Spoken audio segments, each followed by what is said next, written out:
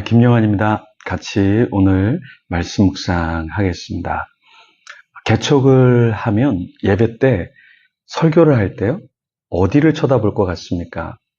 안에 있는 사람들을 쳐다볼 것 같죠? 그런데 개척을 처음 했을 때, 설교할 때, 예배를 인도할 때 어디를 보냐면 문을 봅니다. 누가 혹시 방문하지 않을까? 오늘 누가 등록하러 오지 않을까? 네.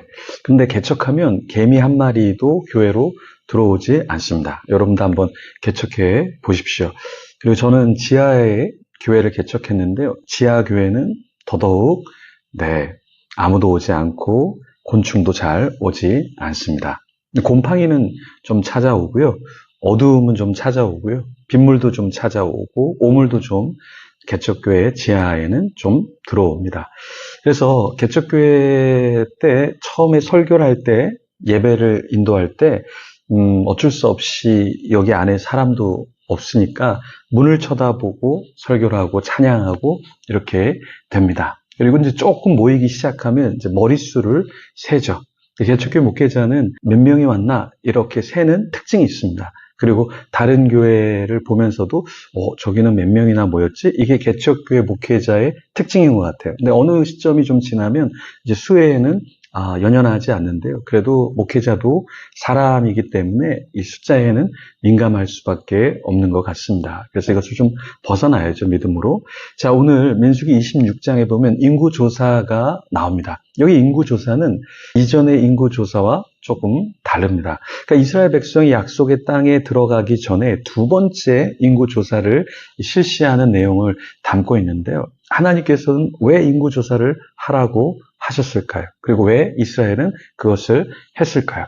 그것의 내용을 한번 성경 속으로 들어가서 같이 살펴보겠습니다. 1절부터 4절 말씀 같이 읽어보겠습니다. 1절, 연병 후에 여호와께서 모세와 제사장 아론의 아들 엘르아살에게 말씀하여 이르시되 이스라엘 자손의 온 회중의 총수를 그들의 조상의 가문을 따라 조사하되 이스라엘 중에 20세 이상으로 능히 전쟁에 나갈 만한 모든 자를 계수하라 하시니 3절 모세와 제사장 엘르아살이 여리고 맞은편 요단과 모압 평지에서 그들에게 전하여 이르되 여호와께서 애굽 땅에서 나온 모세와 이스라엘 자손에게 명령하신 대로 너희는 20세 이상 된 자를 계수하라 하니라. 자, 4절까지 우리가 읽어봤는데요. 하나님은 누굴 대상으로 인구조사를 하라고 하셨죠? 네, 모든 이스라엘 자손 중에 20세 이상의 남자들을 대상으로 하라고 했습니다. 이는 전투에 나갈 수 있는 사람들을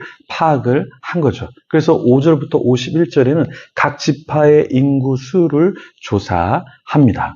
근데 이러한 인구 조사를 한 거에 대해서 하나님께서 화를 내시거나 너네가 믿음이 없다 이렇게 보신 것은 아닙니다.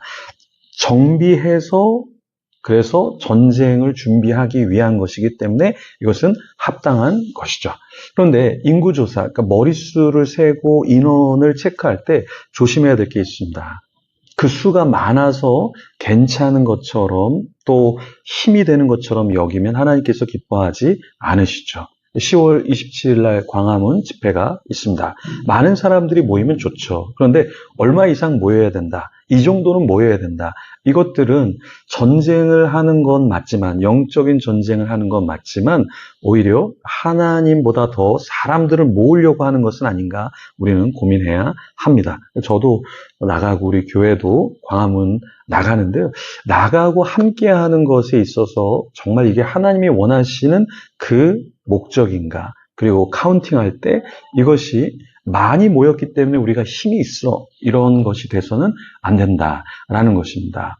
인구수를 세보니까 르우벤은 43,730명, 시므온은 22,200명. 그래서 갓, 유다, 이사갈, 스불론, 요셉, 에브라임, 므낫세, 베냐민, 단, 아셀, 납달리 이렇게 세보니까 60만 1,730명이 이렇게 계수가 되었습니다. 그리고 하나님께서는 그들을 파악하신 뒤에 무엇을 명령하셨냐면 새로운 땅의 분배를 이야기하셨습니다. 그 내용이 57절에서 62절에 나오는데요. 토지를 분배할 때 이렇게 해야 된다라고 말씀을 하셨어요. 그러면서 토지 분배에 대한 이야기를 하셨고, 특별히 레위 지파는 토지 분배를 명하지 않으셨죠. 왜 그렇습니까? 레위 지파는 해야 될 일이 있기 때문에 그런 거예요. 그러니까 레위 지파가 만약에 토지를 얻었다. 그럼 계속해서 뭐 하겠습니까?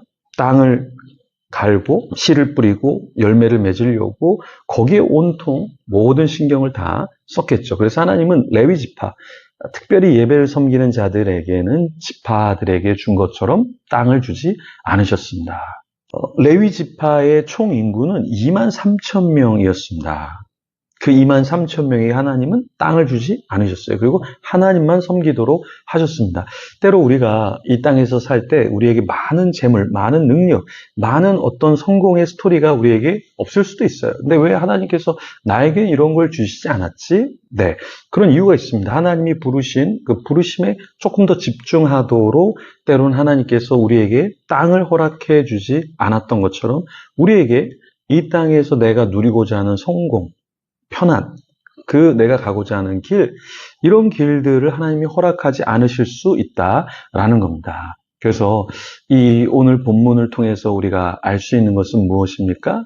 네, 하나님이 원하시는 인구, 수, 개수, 그리고 정비. 그런데 그 모든 것이 다 무엇이냐? 하나님의 정의와 공의가 나타나도록 준비하는 것이고 우리를 증거하고 우리를 드러내기 위한 것이 아니다라는 거예요.